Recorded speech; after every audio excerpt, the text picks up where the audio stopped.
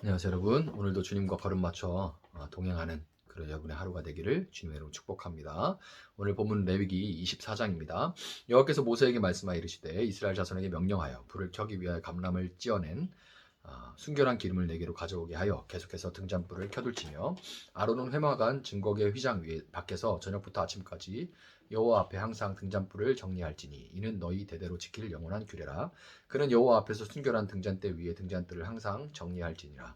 너는 고운 가루를 가져다가 떡 12개를 굽되 각 덩이를 10분의 2 에바로 하여 여호와 앞 순결한 상 위에 두 줄로 한 줄에 6씩 진설하고 너는 또 정결한 유향을 그 각 줄 위에 두어 기념물로 여호와께 화제를 삼을 것이며 안식일마다 이 떡을 여호와 앞에 항상 진설할지니 이는 이스라엘 자손을 위한 것이요 영원한 언약이니라.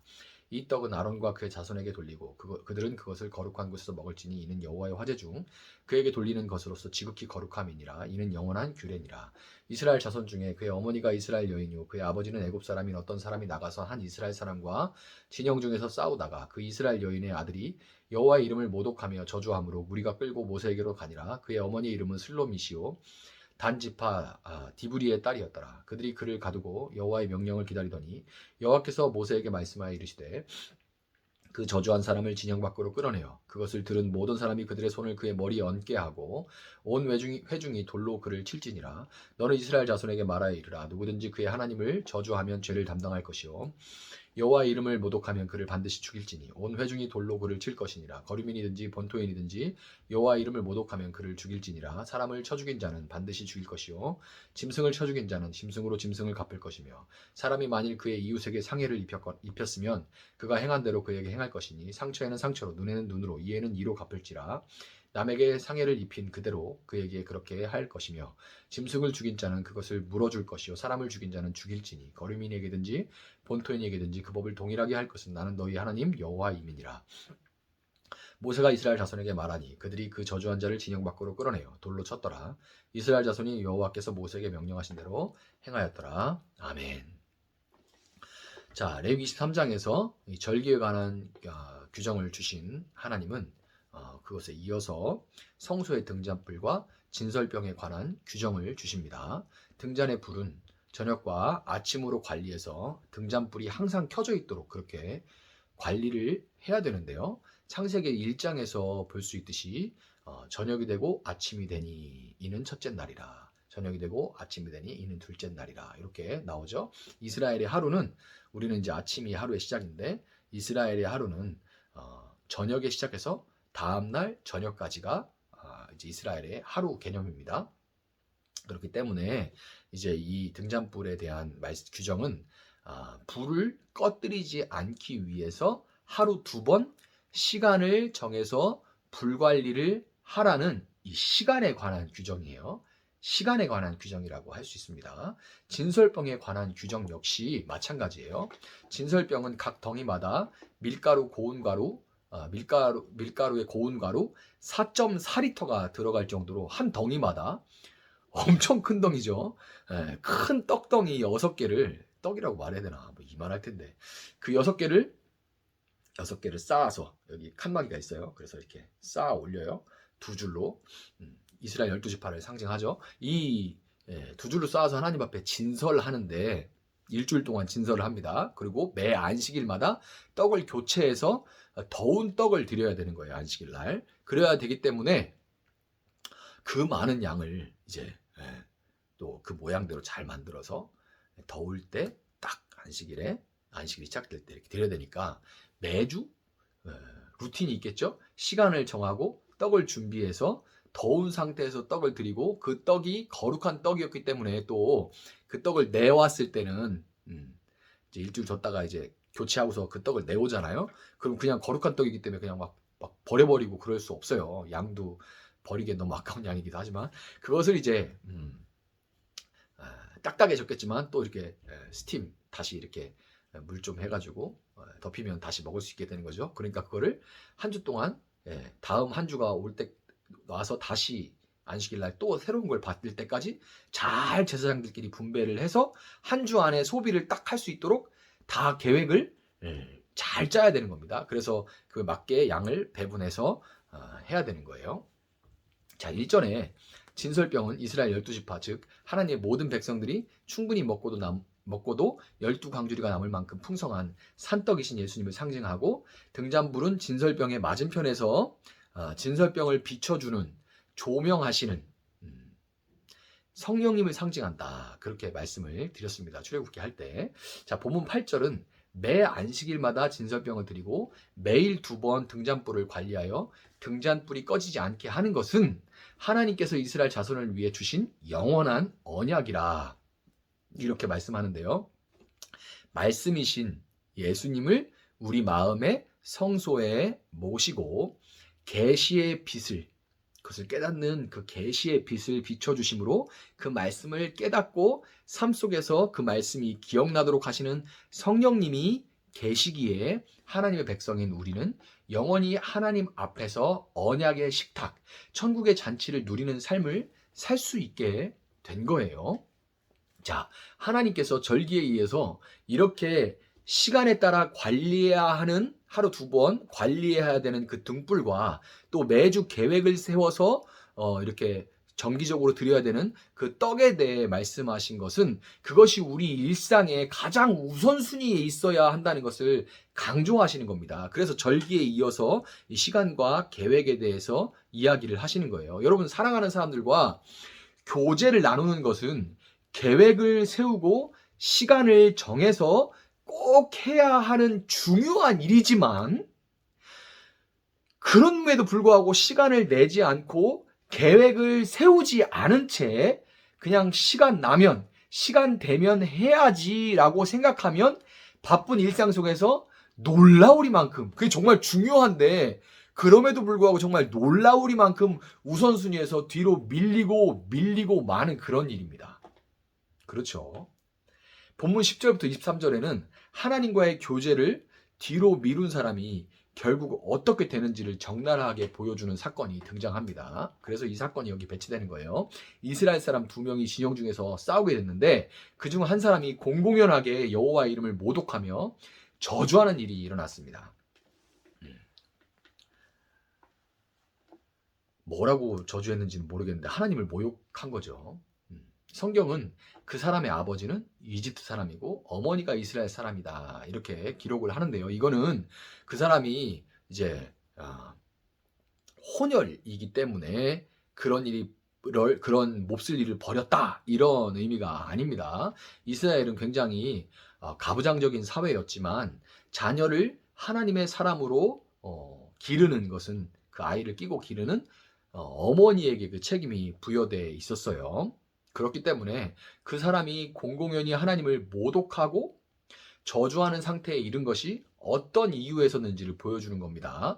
이집트 사람인 아버지는 뭐 밖에 나가 일하겠죠. 뭐 지금이야 다 일하는 상황이지만, 그러나 이제 아이를 육아하는 그 어머니는 이스라엘인이었다. 하나님 말씀을 아는 자다, 언약 백성이다라고 성경이 얘기하는 거예요. 그게 몰라서 그런 게 아니다라고 얘기를 하는 겁니다. 자, 그런데 그 어머니 밑에서 자란 이 사람이 여호와를 모독하는 일이 벌어진 것은 어떤 이유에서인지를 지금 이 아버지는 이집트인이고 어머니는 이스라엘인이다 라는 말을 통해서 보여주는 거예요. 참으로 두렵게도 슬로밋이라는 그 사람의 어머니 이름이 기록되어 있어요. 박아버렸습니다. 슬로밋의 가정은 계획을 세우고 시간을 정해서 하나님의 말씀을 대하지 않다 보니까 광야의 피곤한 일상 속에 하나님과의 교제는 점차 뒤로 밀려서 해도 그만 안 해도 그만인 것이 돼버렸고, 그것은 그녀의 자녀 때에 이르니까 그 자녀 때에 이르러서는 하나님을 가볍게, 더 나가서는 업신 여기는 데까지 이르게 되고 말았던 거예요. 우리가 영화나 드라마로 쉽게 접하는 미국의 현 상태를 보면 이런 상태가 비단 성경 속에서만 찾을 수 있는 것이 아니라는 것을 알 수 있죠. 미국은 영국에서 신앙의 자유를 찾아 떠난 청교도들이 주축이 돼서 1776년에 세워진 그런 나라죠. 이거는 우리가 다 알고 있는 역사적 팩트입니다.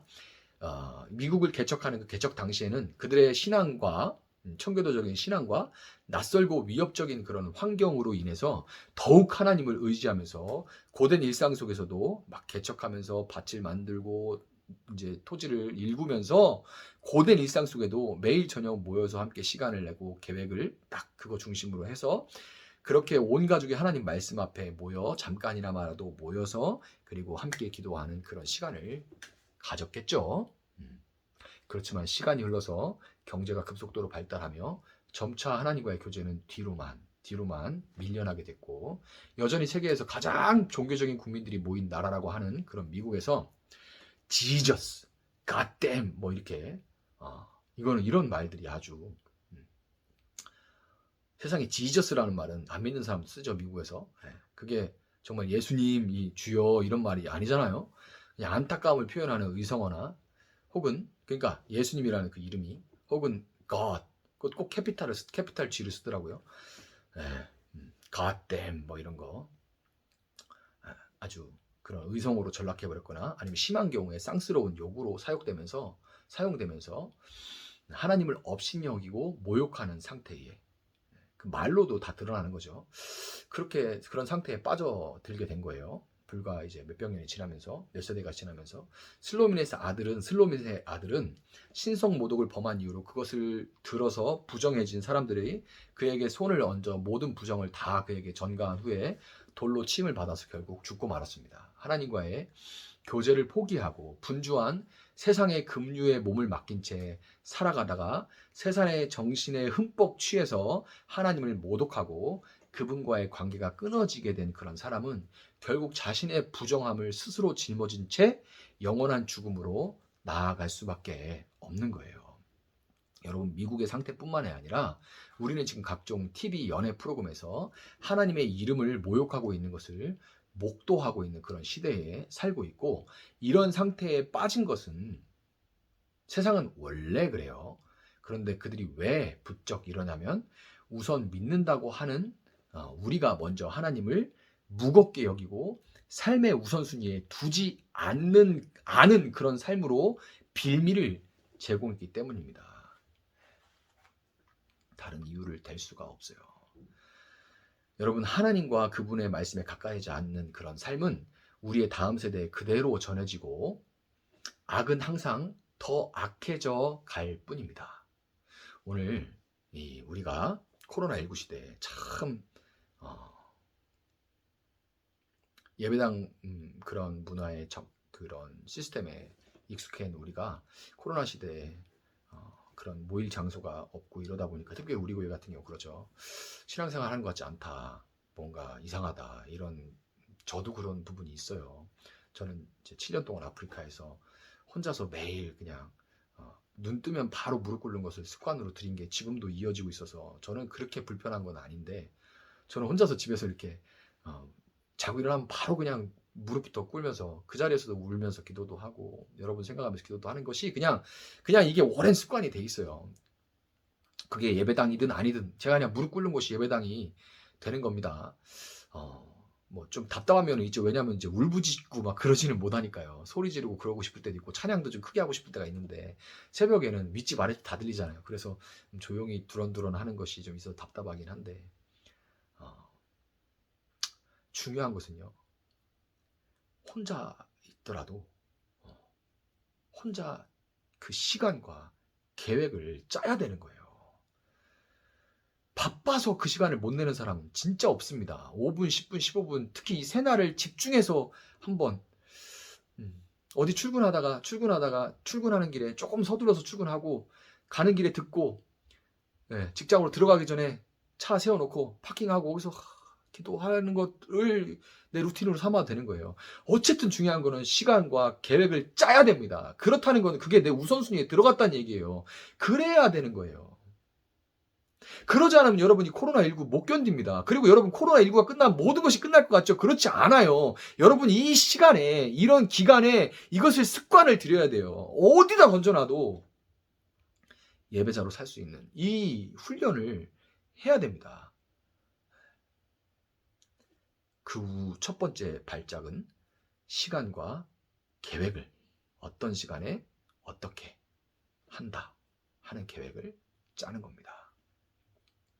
여러분 오늘 우리가 하나님과의 교제를 일상의 어디쯤으로 생각하고 있는지 한번 돌아보시고 이 코로나19 시대에 더욱 하나님과 누리는 안식을 삶의 중심에 두는 가운데 온 가족이 하나님을 귀히 여기고 귀히 여김을 받을 수 있는 여러분과 여러분의 가정이 되기를 주님의 이름으로 축복합니다. 자, 한번 기도하겠습니다.